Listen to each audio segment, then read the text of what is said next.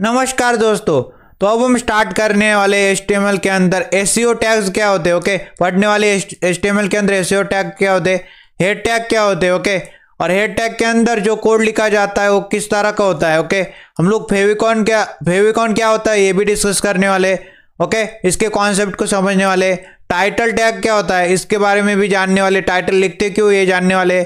Meta tags क्या होते हैं इनके बारे में भी हम लोग जानने वाले, और मेटा टैग यूज क्यों करते हैं ये भी जानने वाले। स्टाइल शीट किस तरह से अटैच लिंक की जाती है HTML के अंदर। ओके, मतलब CSS। ओके, CSS को हम लोग एक्सटर्नल CSS, ओके, CSS के टाइप होते और एक्सटर्नल CSS को किस तरह से अटैच आप लिंक किया जाता है हमारे HTML के अंदर, उसके बारे में डिस्कस करने वाले। हमारी जो जावास्क्रिप्ट है, ओके, जावास्क्रिप्ट को किस तरह से अटैच आप लिंक किया जाता है हमारे HTML के अंदर, उसके बारे में भी डिस्कशन करने वाले। तो चलिए स्टार्ट करते हैं सबसे इंपॉर्टेंट टॉपिक HTML के अंदर, SEO टैग्स एंड उसके रिलेटेड और ढेर सारे टैग्स। अब तक क्या करते थे हम लोग, इस तरह के HTML का रूट एलिमेंट लिखते थे, इसके अंदर हेड टैग लिखते थे।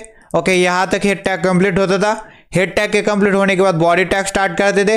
बॉडी टैग के अंदर हम लोग जो मर्जी चाहे वो काम करते थे, जैसे कि पैराग्राफ लगाना तो पैराग्राफ टैग लगा दिया, हेडिंग लगानी तो हेडिंग टैग लगा दिया। ओके, और मान लेते H1 टैग लगा दिया। ओके, इस प्रकार से जो मर्जी चाहे आप काम इधर को कर सकते थे। ओके, बट अभी तक हमने सिर्फ और सिर्फ बॉडी के अंदर ही ज्यादा चीजें की है। ओके, यहाँ पर हेड टैग के अंदर भी हमारे पास बॉयलर प्लेट कोड जनरेट होके आता था। ओके, जैसे कि मेरे पास मेटा टैग्स आते थे। ओके, मेटा टैग्स आते थे, टाइटल लिख सकते हैं। ओके, और हम लोग स्टाइल शीट को भी अटैच आप लिंक कर सकते हैं, बहुत सारी चीजें होती है। तो इनके बारे में अब हम डिस्कशन करने वाले कि हेड टैग के अंदर क्या होता है, बेसिकली हेड टैग क्यों लिखते हैं और हेड टैग के अंदर कौन से टैग्स होते हैं। ओके, इनके बारे में डिस्कशन करने वाले। अब बहुत ही इंपॉर्टेंट नोट है दोस्तों, हेड टैग के अंदर क्या होता है दोस्तों, हेड टैग के अंदर जो भी आप लोग कंटेंट, ओके, जो भी आप डेटा इंसर्ट करोगे, ओके, इस हेड टैग के अंदर, ओके, हेड टैग के अंदर जो भी आप डेटा, ओके, जो भी आप डेटा यहाँ पे इंसर्ट करोगे, जो भी कंटेंट यहाँ पे इंसर्ट करोगे, ओके, जो भी कंटेंट इंसर्ट करोगे, जो भी डेटा यहाँ पे इंसर्ट करोगे, वह विजिबल नहीं होता। ओके, वह विजिबल नहीं होता वेब पेज के अंदर। यह हमारा मान लेते वेब पेज है। ओके, क्या है, बेसिकली एक वेब पेज है। तो हम लोग यहाँ पे हेड टैग के अंदर जो भी डेटा इंसर्ट करेंगे, जो भी कंटेंट इंसर्ट करेंगे, ओके, तो वो वेब पेज के अंदर हमको विजिबल नहीं होता। क्या नहीं होता, विजिबल हमको वेब पेज के अंदर नहीं होता। समझ में आ रहा है आपको, क्या समझ में आ रहा है आपको कि हमारे पास हेड टैग के अंदर जो भी डेटा हम लोग इंसर्ट करेंगे, जो भी कंटेंट हम लोग इंसर्ट करेंगे, वह विजिबल नहीं होता। ओके, विजिबल नहीं होता वेब पेज के अंदर। समझ में आ रहा है आपको, मतलब क्या बोला, समझ में आया। कोई भी वेबसाइट है, ओके, हमारे पास कोई भी वेबसाइट है, मान लेते mbscoding.com नाम की वेबसाइट है। आपने अगर कोई भी वेबसाइट देखी होगी, ओके, आपने अगर कोई भी वेबसाइट देखी होगी तो उसके अंदर एक हेड टैग होता है। ओके, मतलब हमारे पास क्या होता है, HTML का डॉक्यूमेंट होता है, उसके अंदर हेड टैग होता है, और हमारे पास क्या होता है, बेसिकली एक बॉडी टैग होता है। तो जो भी वेब पेज है, जो भी वेबसाइट है, उसके अंदर हेड टैग का डाटा, ओके, हेड टैग का डेटा नहीं दिख रहा होता। ओके, हेड टैग का डेटा विजिबल नहीं होता, ये विजिबल नहीं होता। समझ में आ रहा है। वेबसाइट के अंदर हमारे पास जो बॉडी टैग होता है, हमारे पास जो बॉडी टैग होता है, ओके, बॉडी टैग का डेटा ही दिख रहा होता है वेब पेज के अंदर या फिर वेबसाइट के अंदर। ओके, मान लेते हैं मेरे पास एक वेबसाइट है, एक वेब पेज है MBS कोडिंग का, और इसके अंदर एक H1 नाम की हेडिंग है, तो बॉडी टैग के अंदर आएगी। मान लेते एक IMG नाम का टैग है, इसके अंदर एक इमेज है, तो बॉडी टैग के अंदर आएगी। मान लेते एक फुटर बना है copyright@mbscoding.com, ये भी कहाँ पे आएगा, बॉडी टैग के अंदर ही आएगा। समझ में आ रहा है। तो क्या समझा आपने, हमारे पास कोई भी वेबसाइट होती, ओके, उसके अंदर हेड टैग का डेटा हमारे पास विजिबल नहीं होता। ओके, विजिबल नहीं होता। जो भी डेटा है, जो भी कंटेंट है, वो कहाँ पे होता है, बॉडी टैग के अंदर कंटेंट होता है। ओके, बॉडी टैग के अंदर ही हम लोग सारे के सारे टैग्स का इस्तेमाल करते हुए और हमारी वेबसाइट के ऊपर विजिबल कराते। ओके, ये सारा सारा बॉडी टैग का डेटा क्या होता है, विजिबल होता है हमारे वेब पेज के अंदर, वेबसाइट के अंदर। समझ में आ रहा है। हेड टैग का data not visible, okay, visible नहीं रहता। तो बोलो भाई, हेड टैग के अंदर क्या होता है फिर, हेड टैग के अंदर SEO रिलेटेड डेटा होता है, और SEO का फुल फॉर्म क्या है, सर्च इंजन ऑप्टिमाइजेशन से रिलेटेड डेटा कहाँ पे होता है, हमारे हेड टैग के अंदर होता है। ओके, तो हेड टैग के अंदर अगर आपसे कोई पूछे ये जो हेड टैग है, हेड टैग के अंदर कौन सा डेटा होता है भाई, हेड टैग के अंदर कौन सा डेटा होता है, आप बोलोगे SEO से रिलेटेड डेटा होता है, search engine optimisation related data होता है। ओके, तो मैं आ चुका अपने VS कोड के अंदर। तो मैंने यहाँ पे एक बड़ा सा फोल्डर बनाया है। ओके, नाम है इसका SEO and head tag and favicon and title and Meta tags. Okay, और इसके अंदर आ जाते इस फोल्डर के अंदर और एक न्यू फाइल क्रिएट करते और उसका नाम रखते हैं index.html। तो index.html नाम का फाइल क्रिएट कर दिया मैंने। इधर को कंट्रोल भी करते खिसकाते और यहाँ पे एक्सप्लेनेशन मार्क दबाते और एंटर प्रेस करते तो बॉयलर प्लेट कोड आ जाता है। ओके, और यहाँ पे टाइटल रख दिया मैंने SEO and head tag and favicon title Meta tags. तो इस टाइप का मैंने एक टाइटल बना दिया। ओके, सबसे पहले बॉडी टैग के अंदर आ जाते और बॉडी टैग के अंदर आने के बाद मैं क्या करता हूँ, H1 नाम की हेडिंग बनाता हूँ और हेडिंग के अंदर डालता हूँ welcome to MBS coding channel. Okay, MBS coding, welcome to MBS coding. और उसके बाद मैं क्या करता हूँ, एक बटन बनाता हूँ, बटन टैग का इस्तेमाल कर दो। बटन टैग का इस्तेमाल किया और बटन बनाया, मान लेते सबमिट नाम का बटन बनाया, सबमिट नाम का बटन बनाया, कंट्रोल किया। अब हम लोग डिस्कशन क्या करने वाले, हेड टैग के अंदर ही हम लोग डिस्कशन करने वाले क्या होते हैं। हेड टैग के अंदर हम लोग डिस्कशन ये करने वाले मेटा टैग्स क्या होते हैं, जैसे मेटा कैरेक्टर सेट, UTF-8 क्या होता है, Meta name, view port, content with, device with, initial scale 1.0 क्या होता है, टाइटल क्यों लिखते हैं इधर को। ओके, ये सब कुछ डिस्कशन करने वाले। सबसे पहले राइट क्लिक कर दे, ओपन विथ लाइव सर्वर करते हैं, मतलब हमारे HTML डॉक्यूमेंट को ब्राउजर के अंदर खोल लेते 5.00 पोर्ट के ऊपर। ये 5.00 पोर्ट के ऊपर हमारा HTML का डॉक्यूमेंट खुल के रेडी हो चुका है। ये देख रहे हैं यहाँ पे एक हेडिंग आ रही, उसके सबमिट बटन आ रहा है। ओके, सबसे पहले बात करते टाइटल। तो टाइटल कहाँ पे दिखता है, टाइटल के अंदर SEO and head tag and favicon title Meta tags ये लिखा है। ये हमारे वेब पेज के अंदर विजिबल कहाँ है, दिखाओ हमें। एकदम टॉप के ऊपर जाओ और यहाँ पे देखो। ओके, एकदम टॉप के ऊपर SEO and head tag and favicon title Meta tags. Okay, तो टॉप में आप अपन के पास क्या आते, ये आता है। ओके, टाइटल आता है एकदम टॉप में। ओके, अब हम बात करते हैं फेविकॉन की। Okay, fav icon. ओके, तो फेव आइकॉन क्या होता है, यहाँ पे गूगल आ रहा है ना टाइटल। ओके, इसके जस्ट बाजू में एक इमेज टाइप का है। ओके, जी टाइप का है, मतलब क्या है बेसिकली ये फेव आइकन है, इसको बोलते हैं फेव आइकन। ओके, एक इमेज टाइप का है। ओके, तो ये जो आइकन है आपके टाइटल के बाजू में, इसको फेव आइकन बोलते हैं। ओके, तो फेव आइकन को कैसे लिखते हैं, तो सबसे पहले हमको लिंक टैग लिखना पड़ता है, लिंक टैग। और लिंक टैग के अंदर हमारे पास क्या होता है बेसिकली, इस लिंक टैग के अंदर चलते, लिंक टैग के अंदर हमारे पास REL एट्रीब्यूट होता है, रिलेशनशिप बताने के लिए। तो बता देंगे हम लोग रिलेशनशिप क्या है। तो शॉर्टकट, ओके, शॉर्टकट आइकन नाम का, ओके, शॉर्टकट आइकन नाम का मैं यहाँ पे रिलेशन बता रहा हूँ। ओके, तो REL एट्रीब्यूट के अंदर मैंने डाल दिया शॉर्टकट आइकन। फिर मैंने href एट्रीब्यूट लिखा, href एट्रीब्यूट, और href एट्रीब्यूट के अंदर हम लोग favicon.ico देंगे, बट यहाँ पे टाइप एट्रीब्यूट की बात करते।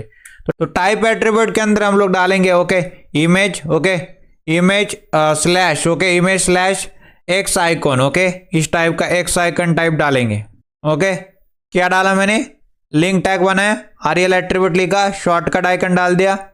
href एट्रीब्यूट के अंदर अभी कुछ नहीं डाला, टाइप एट्रीब्यूट के अंदर डाला image slash x icon. Okay, अभी href एट्रीब्यूट के अंदर क्या डालेंगे, लोकेशन देंगे।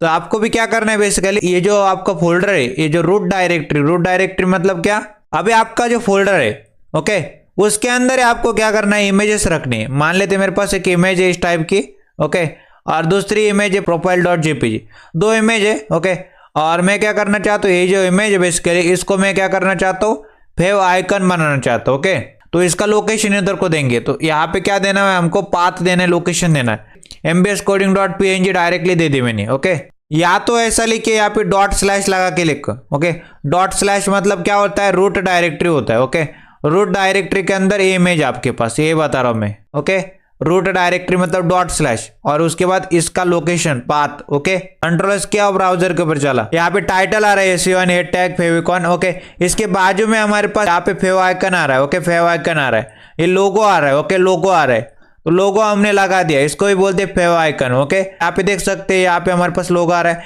जैसे गूगल का यहाँ पे लोगो आता है ना, इधर को फेव आइकन आता है, उसी प्रकार से हमारा भी लोगो या फिर फेव आइकन आ रहा है। क्या किया मैंने, href एट्रीब्यूट के अंदर रूट डायरेक्टरी के अंदर हमने वो लोकेशन दे दिया उसका। ओके, इमेज का। अभी तक क्या जाना हमने, टाइटल। ओके, टाइटल टैग के बारे में डिस्कशन किया, उसका फेव आइकन के बारे में डिस्कशन किया। ओके, फेव आइकन इस टाइप से लिखते हैं। ओके, रूट डायरेक्टरी के अंदर आपको इमेज का लोकेशन देना पड़ता है, और टाइटल तो आपको पता ही है। ओके, बट यहाँ पे अब बात आती है स्टाइल शीट। स्टाइल शीट का मतलब क्या, CSS। ओके, CSS का मतलब क्या है, जो भी हमारे पास HTML का डॉक्यूमेंट होता है, ओके, HTML के डॉक्यूमेंट के अंदर जितने भी टैग्स होते हैं उनकी स्टाइलिंग करना, उनके अपीयरेंस को सुंदर बनाना। ओके, मान लेते मेरे पास एक टेक्स्ट है, उसका बैकग्राउंड कलर चेंज करना है, ओके, उसकी साइज बढ़ानी है, ओके, उसको बॉर्डर लगाना है, पैडिंग लगाना है, मार्जिन देना है, ओके, सब कुछ देना है। तो अगर ये देना चाहते हैं, सब कुछ अपीयरेंस में चेंज करना चाहते हैं, सुंदर बनाना चाहते हैं HTML डॉक्यूमेंट को,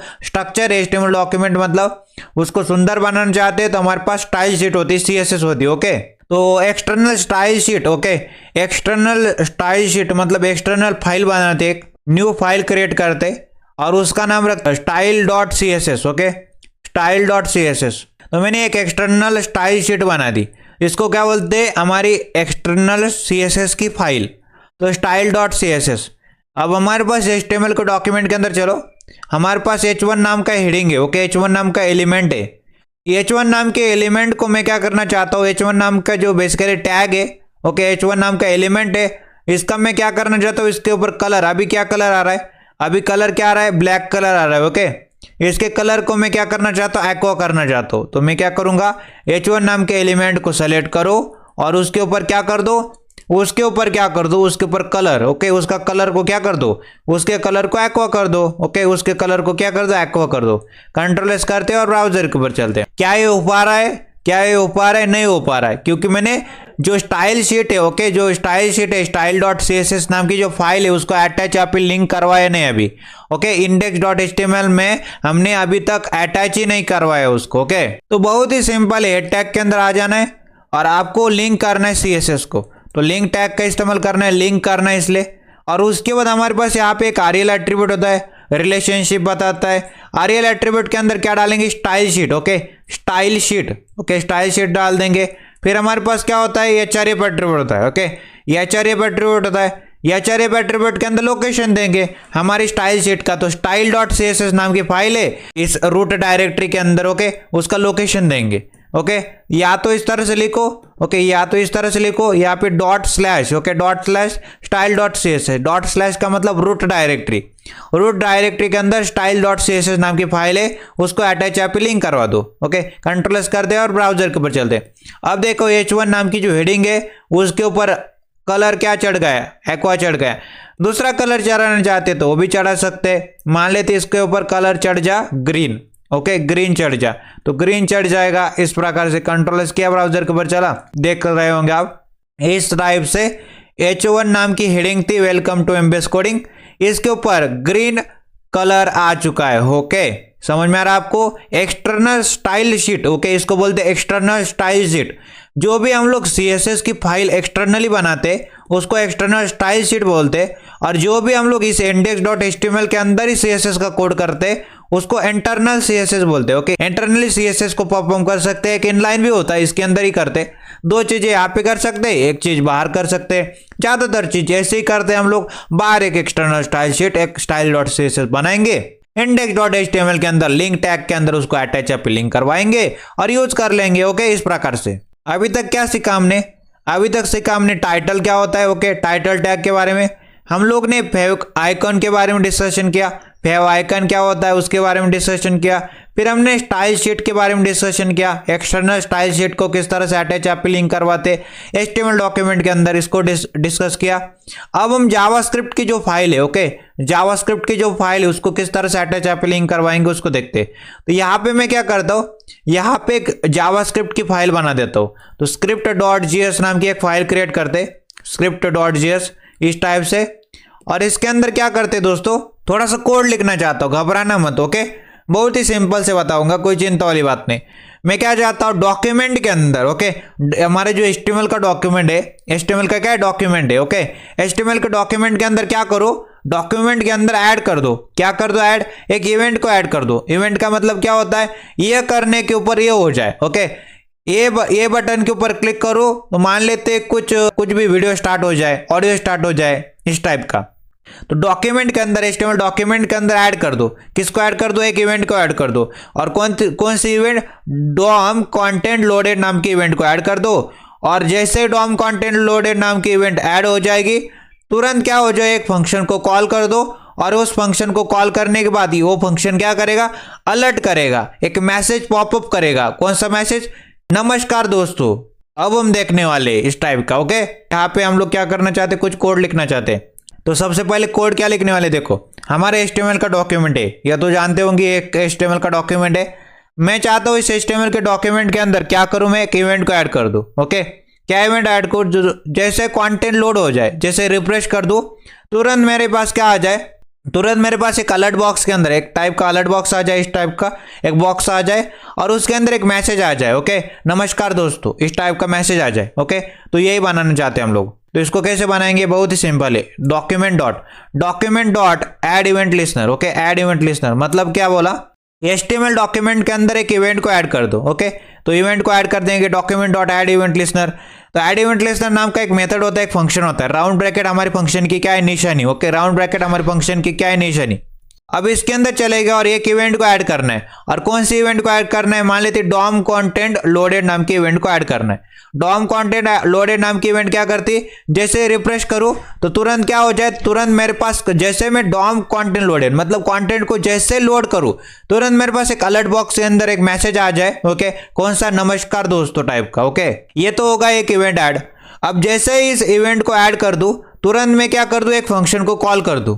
कौन से फंक्शन को कॉल कर दो, फंक्शन कीवर्ड की मदद से फंक्शन बनाया, राउंड ब्रैकेट हमारी फंक्शन की क्या है, निशानी, और इसके कर्ली ब्रेसेस के अंदर चले गए। ओके, तो मैंने क्या कर दिया, डॉम कंटेंट लोडेड नाम की इवेंट को यहाँ पे ऐड करवाया और जैसे ही इस इवेंट को ऐड कर दो, तुरंत एक फंक्शन कॉल हो जाए और वो फंक्शन क्या करे, हमारे पास अलर्ट बॉक्स के अंदर एक मैसेज शो करे। तो अलर्ट करे, और कौन सा अलर्ट करे, मान लेते अलर्ट करे नमस्कार दोस्तों। ओके, नमस्कार दोस्तों नाम का अलर्ट करे। ओके, अलर्ट बॉक्स के अंदर इस टाइप से। अब कंट्रोल्स करते हैं और ब्राउजर के ऊपर चलते हैं। ब्राउजर के ऊपर क्या ये हो पाएगा, मैंने जो बोला क्या है, HTML डॉक्यूमेंट के अंदर। ओके, मैंने ऐड किया। ओके, HTML डॉक्यूमेंट के अंदर एक इवेंट को ऐड कर दिया, डॉम कंटेंट लोडेड। जैसे मैं रिफ्रेश करता हूँ एक फंक्शन कॉल होके हमारे पास अलर्ट बॉक्स के अंदर मैसेज आ रहा है, नमस्कार दोस्तों टाइप का नहीं आ रहा है। क्यों, क्योंकि मैंने स्क्रिप्ट टैग के अंदर हमारे पास जो जावास्क्रिप्ट है, ओके, जावास्क्रिप्ट को अटैच यहाँ पे लिंक ही नहीं करवाया। ओके, तो जावास्क्रिप्ट को अटैच यहाँ पे लिंक कराना पड़ता है हमको। तो अभी हमारे स्क्रिप्ट डॉट जेएस नाम की जो फाइल है उसको अटैच यहाँ पे लिंक करवाएंगे,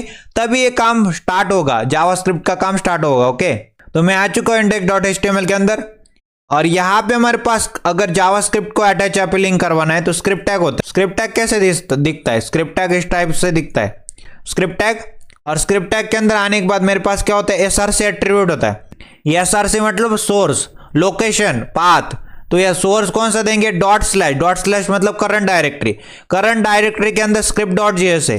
क्या लिखा मैंने, डॉट स्लैश का मतलब है करंट डायरेक्टरी, और करंट डायरेक्टरी के अंदर स्क्रिप्ट डॉट जेएस नाम की फाइल है, तो उसको मैंने अटैच यहाँ पे लिंक करवा दिया। ओके, अब कंट्रोल करते हो, ब्राउजर के ऊपर चलते। जैसे मैं इस कंटेंट को रिफ्रेश करूं, ओके, रिफ्रेश करूं तो देख लीजिए। ओके, जैसे मैंने कंटेंट को लोड किया, रिफ्रेश किया, तो यहाँ पे क्या आ रहा है, अलर्ट बॉक्स के अंदर एक मैसेज आ रहा है, नमस्कार दोस्तों। और यहाँ पे देख पा रहे ये अभी तक रिलोड ही हो रहा है। ओके, रिलोड ही हो रहा है पेज, क्योंकि मैंने ओके नाम का जो बटन आ रहा है इसके ऊपर अभी क्लिक ही नहीं किया। जब तक मैं इसके ऊपर क्लिक ना करूं, ओके ना करूं, तब तक ये लोड होता जाएगा। ये देखिए, अभी जैसे मैं लोड करता हूं कंटेंट को, तुरंत क्या होता है, अलर्ट बॉक्स के अंदर एक मैसेज आता है नमस्कार दोस्तों नाम का। अरे अभी तक ये लोड ही होता जा रहा है। अब जैसे ओके नाम के बटन के ऊपर क्लिक करूं तो यहाँ पे हमारे पास कंटेंट लोड होके भी आ गया। ओके, तो इस तरह से आपने स्क्रिप्ट टैग के अंदर आपको क्या करना है, जावास्क्रिप्ट की फाइल को अटैच करना है, SRC एट्रीब्यूट लिखना है और डबल कोट्स के अंदर डॉट स्लैश मतलब करंट डायरेक्टरी, और उसके बाद आपकी जावास्क्रिप्ट की फाइल का लोकेशन देना है, स्क्रिप्ट डॉट जेएस। ओके, अभी तक हमने क्या सीख लिया, टाइटल। तो टाइटल टैग के अंदर हम लोग टाइटल लिखते हैं, जो भी हमारा HTML का डॉक्यूमेंट है उसका टाइटल इस तरह से लिखेंगे। जो भी हम लोग चेंज करेंगे तो एकदम टॉप में वो आपको दिखाई देगा। अगर मेरे को फेव आइकन लगाना है, ओके, फेव आइकन लगाना है, तो हमारे पास लिंक टैग और इसके अंदर REL एट्रीब्यूट शॉर्टकट आइकन मैंने लिख दिया। उसका HRF एट्रीब्यूट के अंदर डॉट स्लैश मतलब करंट डायरेक्टरी, और करंट डायरेक्टरी के अंदर हम लोग उस इमेज यहाँ पे एक इमेज डाल देंगे। तो मैंने डॉट स्लैश के अंदर एक इमेज डाल दी हमारी mbscoding.png नाम की। उसके बाद हम लोग टाइप एट्रीब्यूट के अंदर डाल देंगे इमेज स्लैश x आइकन नाम का। ओके, इस टाइप से। उसके बाद हमने क्या सीख लिया, तो हो गया फेव आइकन की बात। उसके बाद हमने बात कर ली स्टाइल शीट, मतलब CSS को किस तरह से अटैच यहाँ पे लिंक करवाएंगे, इस external style sheet. Okay, style.css एक बाहर बनाएंगे। index.html के यहाँ पे देख सकते हैं मैंने क्या करवाया, यहाँ पे ये जो फोल्डर था इसके अंदर एक index.html एक style.css नाम की फाइल बना दी, ओके, इस टाइप से। और मैं चाहता हूँ इसको अटैच पे लिंक करवाना, तो हम लोग यहाँ पे लिंक टैग लिखते, REL एट्रीब्यूट के अंदर स्टाइल शीट लिखते, HRF एट्रीब्यूट के अंदर डॉट स्लैश का मतलब होता है करंट डायरेक्टरी, style.css मतलब फाइल का नाम।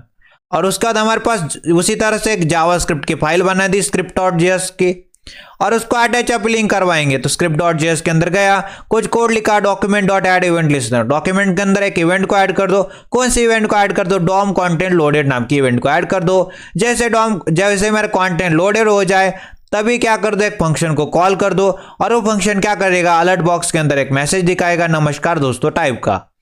और इसको अटैच पे लिंक कराने के लिए स्क्रिप्ट टैग लिखो, SR से एट्रीब्यूट लिखो, डॉट स्लैश मतलब करंट डायरेक्टरी लिखो, script.js मतलब जावास्क्रिप्ट की फाइल को अटैच पे लिंक करवा दो। अब हम बात करते हैं SEO की, सर्च इंजन ऑप्टिमाइजेशन। हमारे पास जो भी वेबसाइट होती है, ओके, मान लेते हैं हमारे पास कोई वेबसाइट है, ओके, उसको हम लोग को क्या करना है, रैंक करवाना है, ओके, रैंक करना है। मतलब हमारे पास मान लेते हैं MBS कोडिंग नाम की वेबसाइट थी, ओके, MBS कोडिंग नाम की वेबसाइट थी, mbscoding.com। हमको क्या करना है, रैंक करवाना है। हम मान लेते हैं 100 वेबसाइट है, 100 वेबसाइट में हमारी वेबसाइट कितने नंबर पे आए, 1 नंबर पे। जैसे MBS कोडिंग लिखो हमारे गूगल के ऊपर तो तुरंत मेरी वेबसाइट आ जाए उधर को, ओके। हम लोग ऐसा चाहते हैं तो हमारे पास क्या होता है, सर्च इंजन ऑप्टिमाइजेशन से हम लोग ये चीजें कर सकते हैं। मतलब हमारी वेबसाइट को किस तरीके से ऊपर लेके आए जाए, ओके, कहाँ पे ऊपर लेके आए जाए, सर्च इंजन में, ओके, सर्च इंजन में किस तरह से ऊपर लेके आए जाए, मतलब हमारी वेबसाइट को किस तरह से रैंक करवाए जाए, ओके। तो इसके लिए हमारे पास क्या होते हैं, मेटा टैग्स होते हैं हेड टैग के अंदर, ये कुछ % योगदान देते हैं, ओके। मेटा टैग क्या करते, रैंक करवाने में कुछ % योगदान देते हैं, ओके। सबसे पहले मेटा टैग्स हेड टैग के अंदर आपको दिखता है, meta character set is equal to UTF-8। Meta character set is equal to UTF-8 का मतलब क्या होता है, UTF-8 एक प्रकार की इनकोडिंग होती है, ओके, अलग अलग तरीके की इनकोडिंग होती है, उनमें से UTF-8 नाम की एक इनकोडिंग होती है। अब इस कोड को समझो, ओके, ये जो कोड लिखा है meta character set is equal to UTF-8, क्या लिखा है, meta character set is equal to UTF-8। Meta character set UTF-8 का मतलब क्या है दोस्तों, यहाँ पे हमारे पास UTF-8 क्या है, बेसिकली इनकोडिंग है, ओके, इनकोडिंग। तो हमारे पास डिफरेंट तरीके के डिफरेंट तरीके की इनकोडिंग होती, क्या, कैरेक्टर इनकोडिंग होती डिफरेंट तरीके की। जैसे कि एग्जांपल के तौर पे एस्काई ही मान ले, एस्काई के केस में हमारे पास क्या होती है, एस्काई के केस में कैरेक्टर ये क्या है, बेसिकली कैरेक्टर है, उसकी कैरेक्टर की वैल्यू है 65, ओके, नंबर है 65। हमने ए को क्या करके रखा है, मैप करके रखा है 65 के साथ, क्या करके रखा है, ए को हमने मैप करके रखा है 65 के साथ। उसी तरीके से स्मॉल ए की बात करें तो स्मॉल ए को मैप करके रखा है हमने, स्मॉल ए को मैप करके रखा है 97 के साथ। तो क्या समझ में आया आपको, हमारे पास डिफरेंट कैरेक्टर की क्या होती है, इनकोडिंग होती है। एग्जाम्पल के तौर पर एस्काई, और एस्काई के केस में कैपिटल ए को मैप करके रखा है 65 के साथ, स्मॉल ए को मैप करके रखा है 97 के साथ। इनकोडिंग के केस में हमारे पास जो भी कैरेक्टर्स होते हैं उनको डिफरेंट वैल्यू से क्या करके हम वैल्यू से मैप किया जाता है, ओके, डिफरेंट वैल्यू से हम लोग उनको मैप करके रखते हैं। इनकोडिंग में क्या होता है, कैरेक्टर्स को डिफरेंट वैल्यू से क्या करके रखते हैं, मैप करके रखते हैं हम लोग। समझ में आ रहा है आपको, ऐसा क्यों करते हैं हम लोग, ताकि हम लोग क्या करें, ताकि आप उनको डिजिटल फॉर्मेट में, ओके, ताकि आप उनको डिजिटल फॉर्मेट में दिखा पाओ, ओके, ताकि आप उनको डिजिटल फॉर्मेट में दिखा पाओ, डिजिटल फॉर्मेट में रेंडर कर पाओ। समझ में आ रहा है आपको, डिजिटल फॉर्मेट में रेंडर कर पाओ, तो इसलिए हम लोग ये करते हैं। अगर आपसे कोई पूछे कि क्यों इनकोडिंग की जाती है तो आप लोग बोलोगे ताकि हम लोग उनको डिजिटल फॉर्मेट में दिखा पाए, यहाँ पे डिजिटल फॉर्मेट में रेंडर कर पाए, इसलिए हम लोग ये चीजें करते हैं। और एग्जांपल क्या बता देने के, एस्काई है हमारे पास, ओके, इनकोडिंग में, UTF-8 है इनकोडिंग में, UTF-16 है इनकोडिंग में, तो क्या समझ में आया आपको? हमारे पास डिफरेंट कैरेक्टर की इनकोडिंग होती है, जैसे कि ASCII कैपिटल A को 65 दिया, स्मॉल a को 97 दिया। इनकोडिंग के केस में हम लोग क्या करते हमारे पास इनकोडिंग में कैरेक्टर्स को डिफरेंट वैल्यू से मैप करवा देते हैं। ओके, मतलब कैपिटल A को 65 से, स्मॉल a को 97 से। ऐसा क्यों करते हैं हम लोग? ताकि हम लोग उनको डिजिटल फॉर्मेट में दिखा पाए, यहाँ पे डिजिटल फॉर्मेट में रेंडर कर पाए। और हमारे पास एग्जांपल के तौर पर ASCII, UTF-8, UTF-16। ओके, तो UTF क्या है? UTF-8 one of the most popular character encoding है। क्या है UTF-8? One of the most popular character encoding है। Majority of website, okay, majority of website इसको क्या करती, यूज करती। समझ में आ रहा है? UTF क्या है?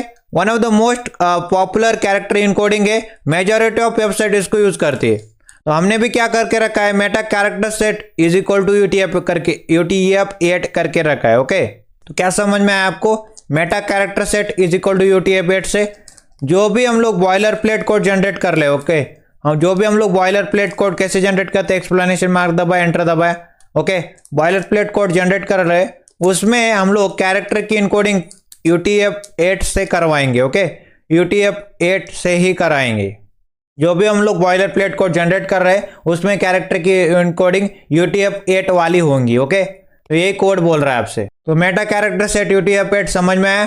जो भी हम लोग बॉयलर प्लेट कोड जनरेट कर रहे हैं उसके अंदर, ओके, ये जो कोड है उसके अंदर कौन सी इनकोडिंग होगी? UTF-8 वाली ही इनकोडिंग हम लोग यूज कर रहे हैं। ओके, तो UTF-8 ही क्यों? ओके, UTF-8 कैरेक्टर की इनकोडिंग है, इसका ही इस्तेमाल क्यों? इसके फायदे क्या है दोस्तों?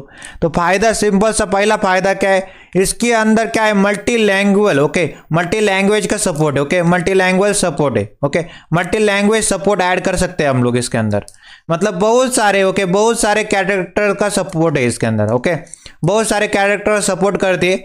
जैसे कि अरेबिक में अगर आपको लिखना है तो अरेबिक में आप राइट कर सकते हैं। अगर आपको चाइनीज लिखना है तो आप चाइनीज में राइट कर सकते हैं कैरेक्टर को। ओके, इसका सपोर्ट है, इसके पास बहुत सारे लैंग्वेज का सपोर्ट है, तो आप जो मर्जी चाहे यूज कर सकते हैं। डिफरेंट कैरेक्टर्स को आप क्या कर सकते हैं, इधर को ऐड कर सकते हैं। ओके, UTF-8 इस प्रकार की इनकोडिंग है जिसकी हेल्प से आप लोग क्या कर पाते, डिफरेंट कैरेक्टर्स को क्या कर पाते, ऐड कर पाते। ओके, अरेबिक में चाहते तो अरेबिक में, चाइनीज चाहते हो चाइनीज, जापानीज चाहते हो जापानीज, बहुत सारे। ओके, इसके अंदर मल्टी लैंग्वेज सपोर्ट है, मतलब बहुत सारा सपोर्ट है इसके अंदर, बहुत सारे कैरेक्टर का सपोर्ट है इसके अंदर, इसलिए हम लोग UTF-8 का इस्तेमाल कर रहे हैं। ओके, तो इसका सिंपल सा मीनिंग क्या है, अगर आपको मल्टीपल लैंग्वेज का सपोर्ट चाहिए तो हम लोग क्या कर सकते हैं, मेटा कैरेक्टर सेट UTF-8 लिखेंगे तो हमारे पास ये UTF-8 नाम की इनकोडिंग की मदद से मल्टी लैंग्वेज का सपोर्ट आ जाएगा हमारे पास। ओके, अगर ऐसा मेटा टैग लिखे हम लोग, okay, meta HTTP equivalent X UA compatible content internet explorer edge, okay, इस टाइप का लिखने की कोशिश करें तो क्या होता है, ये जो बेसिकली मैंने लिखा था मेटा, ओके, मेटा टैग के अंदर HTTP के बाद इक्विवेलेंट और X UA कॉम्पेटेबल कंटेंट और इंटरनेट एक्सप्लोरर एज, इस प्रकार से। इसकी कहानी ऐसी है, कुछ समय पहले, ओके, कुछ समय पहले क्या होते थे ब्राउजर के अंदर, ओके, ब्राउजर के अंदर, ओके, क्या होता था, ब्राउजर के अंदर इंजन होते थे। ओके, और उन इंजन को हम लोग क्या कहते थे, अभी भी कहते हैं rendering engine. Okay, rendering engine होते ब्राउजर के अंदर। ओके, ब्राउजर के अंदर क्या होते, रेंडरिंग इंजन होते, और वो भी क्या थे, तब न्यू थे। ओके, नए थे। और हमारे पास इंटरनेट एक्सप्लोरर है और उसके अंदर बहुत सारे डिफरेंट वर्जन्स थे उसके। ओके, डिफरेंट वर्जन्स थे रेंडरिंग इंजन के ऊपर। ओके, रेंडरिंग इंजन के ऊपर अगर आपने इंटरनेट एक्सप्लोरर को खोलने की कोशिश की, मान लेते रेंडरिंग इंजन 1 के ऊपर एक वेबसाइट को खोलने की कोशिश की, मान लेते मैंने एक वेबसाइट को खोला और वो एक्स टाइप की दिखाई दी मेरे को। ओके, एक्स टाइप की दिखाई दी। ओके, एक्स टाइप की दिखाई दी। मान लेते मैंने रेंडरिंग इंजन 2 के ऊपर, ओके, रेंडरिंग इंजन 2 के ऊपर ये वही वेबसाइट, ओके, वही वेबसाइट, सेम वेबसाइट, जो सेम वेबसाइट थी उसको खोलने की कोशिश की रेंडरिंग इंजन 2 के ऊपर, तो वेबसाइट वाई टाइप की दिखाई दी मेरे को। किस टाइप की दिखाई दी, वाई टाइप की दिखाई दी। तो सेम वेबसाइट के ऊपर सेम वेबसाइट अलग अलग तरीके से रेंडर हो रही है। ओके, यहाँ पे क्या हो रही है, सेम वेबसाइट अलग अलग तरीके से रेंडर हो रही, मतलब एक स्टैंडर्ड मेंटेन नहीं है। ओके, स्टैंडर्ड मेंटेन नहीं है यहाँ पे, क्या मेंटेन नहीं, यूनिफॉर्मिटी मेंटेन नहीं है। ओके, यूनिफॉर्मिटी भी मेंटेन नहीं है, एक स्टैंडर्ड भी मेंटेन नहीं है। अगर स्टैंडर्ड लाना है, यूनिफॉर्मिटी लानी है तो इस टैग का इस्तेमाल करते, इस मेटा टैग का इस्तेमाल करते, इसके अंदर जो चीज़ है उससे स्टैंडर्ड आता है हमारे पास। ओके, स्टैंडर्ड तो आता है, यूनिफॉर्मिटी भी आती है। ओके, यूनिफॉर्मिटी भी आती है। तो कहानी इस तरह की थी, प्रॉब्लम इसको बोल सकते हैं, एक प्रॉब्लम था। तो प्रॉब्लम क्या था, कुछ समय पहले हमारे पास ब्राउजर के अंदर इंजन थे, और ऑलरेडी रहते ही ब्राउजर के अंदर इंजन होते, रेंडरिंग इंजन जो नए नए थे, और इंटरनेट एक्सप्लोरर भी नया नया था। उसके अंदर डिफरेंट वर्जन होते इंटरनेट एक्सप्लोरर के, और उसके अंदर क्या होता था, अगर मैं रेंडरिंग इंजन के ऊपर इंटरनेट एक्सप्लोरर को खोलने की कोशिश करूं, मान लेते रेंडरिंग इंजन 1 के ऊपर मैं क्या करता हूं, एक वेबसाइट को खोलने की कोशिश करता हूं। मान लेते एक वेबसाइट को खोलने की कोशिश की तो एक्स टाइप की दिखाई दी मेरे को, और मान लेते रेंडरिंग इंजन 2 के ऊपर मैंने क्या कर दिया, उसी वेबसाइट को खोलने की कोशिश की तो वेबसाइट किस तरह की दिखाई दी, वाई टाइप की दिखाई दी। तो सेम वेबसाइट हमारे पास, सेम वेबसाइट है, वो अलग अलग तरीके से रेंडर हो रही, क्या हो रही, अलग अलग तरीके से क्या हो रही, रेंडर हो रही, और अलग अलग तरीके से रेंडर हो रही तो अलग अलग तरीके से दिखाई दे रही। मतलब एक स्टैंडर्ड मेंटेन नहीं है, एक यूनिफॉर्मिटी मेंटेन नहीं है। अगर आपको एक स्टैंडर्ड चाहिए, एक यूनिफॉर्मिटी चाहिए, सेम ओके, मान लेते रेंडरिंग इंजन 1 के ऊपर वेबसाइट को खोला, रेंडरिंग इंजन 2 के ऊपर वेबसाइट खोला, रेंडरिंग इंजन 10 के ऊपर वेबसाइट खोला, तो वेबसाइट एक्स टाइप की दिखाई दे। मतलब एक यूनिफॉर्मिटी हो उसके अंदर, एक स्टैंडर्ड मेंटेन हो उसके अंदर। इसलिए हम लोग क्या करते हैं, बेसिकली स्टैक का इस्तेमाल करते हैं, और इसके अंदर बेसिकली हम लोग क्या करते हैं, मेटा HTTP लिखते हैं, HTTP इक्विवेलेंट, और उसके अंदर XUA दे देते, कॉम्पेटेबल दे देते, कंटेंट एट्रीब्यूट के अंदर इंटरनेट एक्सप्लोरर एज दे देते। समझ में आ रहा है? इस टाइप से करने से हमारे पास एक स्टैंडर्ड आता है, एक यूनिफॉर्मिटी आती है। तो क्या है इसका मीनिंग? ओके, इसका मीनिंग सिंपल सा है, जब भी आप रेंडर कर रहे हो ओके वेब पेज को, कहाँ पे, इंटरनेट एक्सप्लोरर के ऊपर, तो आप क्या करोगे, सबसे लेटेस्ट वाला रेंडरिंग इंजन को ही यूज करोगे। ओके, सबसे लेटेस्ट वाला रेंडरिंग इंजन को यूज करेंगे। क्या बोलता है meta tag, HTTP equivalent XUA okay, compatible क्या बोलता है, content is equal to internet explorer क्या बोलता है, एज क्या बोलता है, कि आप क्या करो, जब भी आप रेंडरिंग कर रहे हो तो वेब पेज को रेंडरिंग कर रहे हो ना आप वेब पेज को, तब आप क्या करो, इंटरनेट एक्सप्लोरर का सबसे लेटेस्ट वाला वर्जन यूज करो। समझ में आ रहा है आपको? तो सबसे लेटेस्ट वाला ओके, सबसे लेटेस्ट वाला रेंडरिंग इंजन को यूज करना है। ओके, सबसे लेटेस्ट वाला ओके, सबसे लेटेस्ट वाला रेंडरिंग इंजन को ही आपको यूज करना है। ओके, जब भी हम लोग इंटरनेट एक्सप्लोरर के ऊपर कोई भी वेबसाइट को या फिर कोई भी वेब पेज को हम लोग क्या कर रहे हैं, रेंडर कर रहे हैं। ओके, क्या कर रहे हैं, रेंडर कर रहे हैं, तो आप लोग को क्या करना है, सबसे लेटेस्ट वाला रेंडरिंग इंजन को ही यूज करना है। ओके, तो इससे क्या हो जाता है, एक यूनिफॉर्मिटी मेंटेन होती। एक वेबसाइट ए नाम की, वही वेबसाइट हमको ओके सभी जगह सेम दिखेगी, क्योंकि हम लोग लेटेस्ट वाला रेंडरिंग इंजन को यूज कर रहे हैं। ओके, इंटरनेट एक्सप्लोरर के ऊपर हम लोग रेंडर कर रहे हैं ना, तो सबसे लेटेस्ट वाला रेंडरिंग इंजन को ही यूज कर रहे हैं। ओके, उसके बाद हमारे पास एक और मेटा टैग आता है, मेटा टैग, उसका नेम एट्रीब्यूट के अंदर व्यू पोर्ट, कंटेंट एट्रीब्यूट के अंदर width is equal device width, initial scale is equal to 1.0। इसका मतलब क्या है, बेसिकली ये मेटा टैग क्या बोल रहा है, नेम ओके, नेम क्या है basically, view port okay, name equivalent हो जाए व्यू पोर्ट के बराबर, और कंटेंट की जो विड्थ है वो डिवाइस के विड्थ के बराबर हो जाए, और इनिशियल स्केल जूम लेवल की 1.0 रह जाए। ओके, मतलब ब्राउजर के अंदर जो भी हमको विंडो ओके, जो कि विंडो के ऊपर जो भी कंटेंट दिख रहा होगा ओके, ब्राउजर की विंडो के ऊपर हमको जो भी कंटेंट दिख रहा होगा, ब्राउजर के विंडो के ऊपर जो भी कंटेंट हमको दिखाई देता है उसको क्या बोलते हैं, व्यू पोर्ट बोलते हैं। समझ में आ रहा है आपको? ब्राउजर की विंडो के ऊपर ओके, ये जो ब्राउजर की विंडो है इसके ऊपर जो भी हमको कंटेंट दिखाई दे रहा है उसको हम लोग क्या बोलते हैं, व्यू पोर्ट बोलते हैं। ओके, व्यू पोर्ट बोलते हैं। और इस जो मेटा टैग के अंदर हमने क्या मेंशन किया, बेसिकली हमने मेंशन किया व्यू पोर्ट की विड्थ और जूम लेवल को मेंशन किया। ओके, व्यू पोर्ट की विड्थ ओके, व्यू पोर्ट की विड्थ और उसके जूम लेवल को हमने यहाँ पे मेंशन किया। ओके, उसकी जूम लेवल की बात करें तो इनिशियल स्केल 1.0 रखिए। ओके, 1.0 का मतलब क्या है, नॉर्मल या फिर डिफॉल्ट मतलब जूम लेवल रहे डिफॉल्ट। ओके, डिफॉल्ट वाली 1.0 रहे। आपने गूगल क्रोम के अंदर भी जाके देखो, कंट्रोल++ करोगे तो जूम लेवल बढ़ जाएगा, कंट्रोल- करोगे तो जूम लेवल कम हो जाएगा।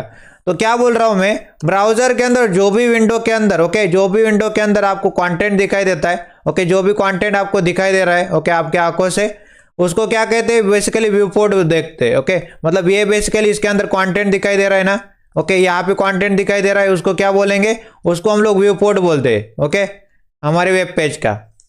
और हमने इस टैग के अंदर ओके, मेटा टैग के अंदर हमने क्या मेंशन किया है, व्यू पोर्ट का विड्थ मेंशन किया है, उसके जूम लेवल कितनी होनी चाहिए वो मेंशन किए।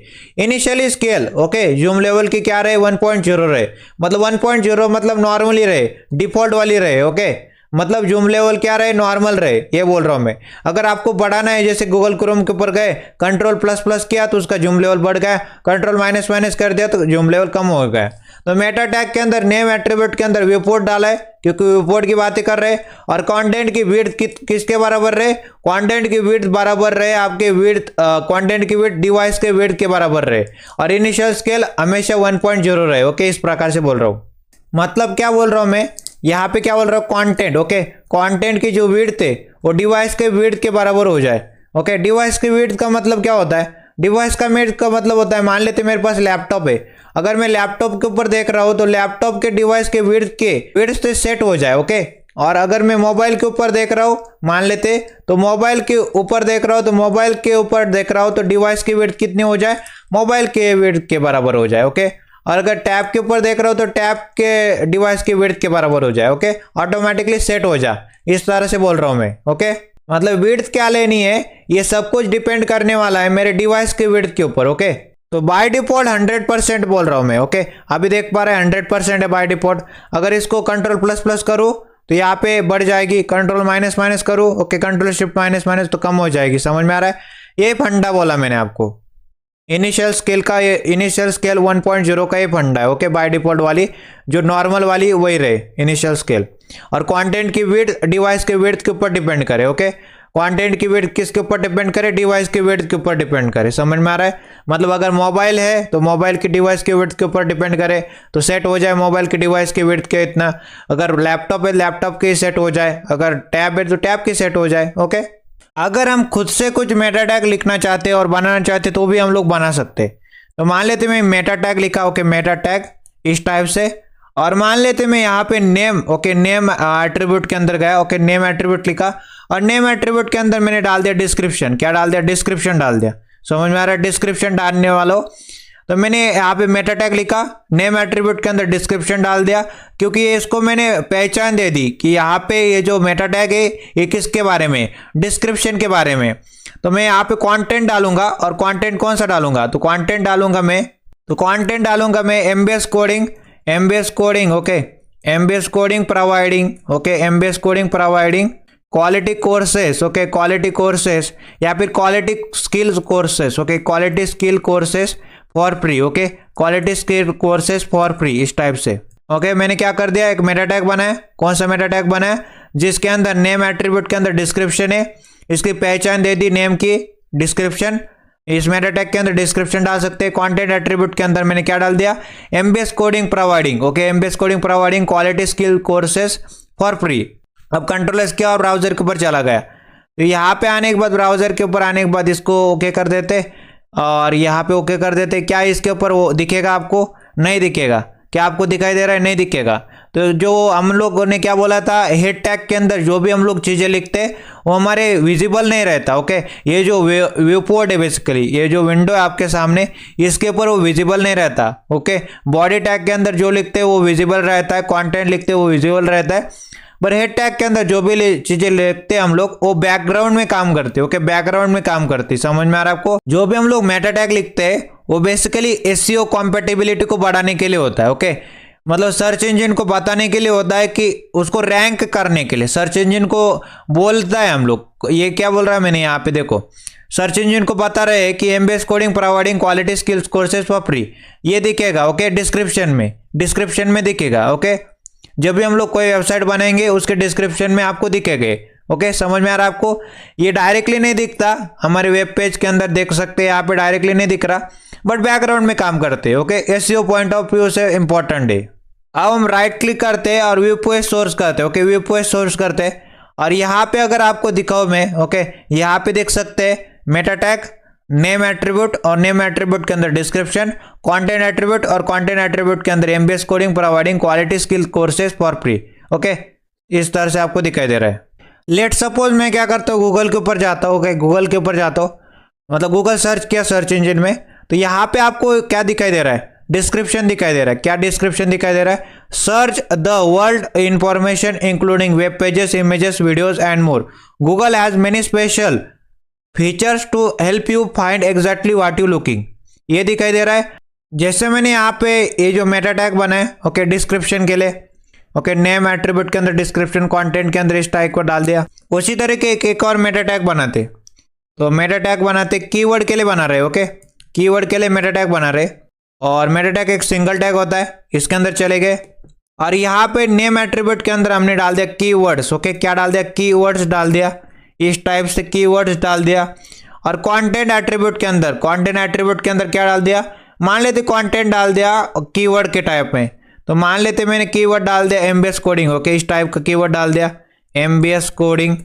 उसके बाद मैंने क्या कीवर्ड डाल दिया? कोमा लगा के, कोमा लगा के मैंने यहाँ पे डाल दिया, मान लेते full stack web dev. Okay, full stack mastery, इस टाइप का फुल स्टैक मास्टरी। ओके, इस टाइप का कीवर्ड डाल दिया। उसके बाद मैंने क्या कर दिया? डीएसए मास्टरी नाम का कीवर्ड डाल दिया। Okay, DSA, okay, DSA mastery type का कीवर्ड डाल दिया। तो आप जो मर्जी चाहे यहाँ पे कीवर्ड डाल सकते। अगर इसमें स्पेस भी देना चाहते तो कोई चिंता वाली बात नहीं, इस तरह के स्पेस भी आप दे सकते हैं। ओके, अगर यहाँ पे भी स्पेस देना चाहते तो कोई चिंता वाली बात नहीं। अगर आपको कीवर्ड डालने तो इस टाइप के डालेंगे।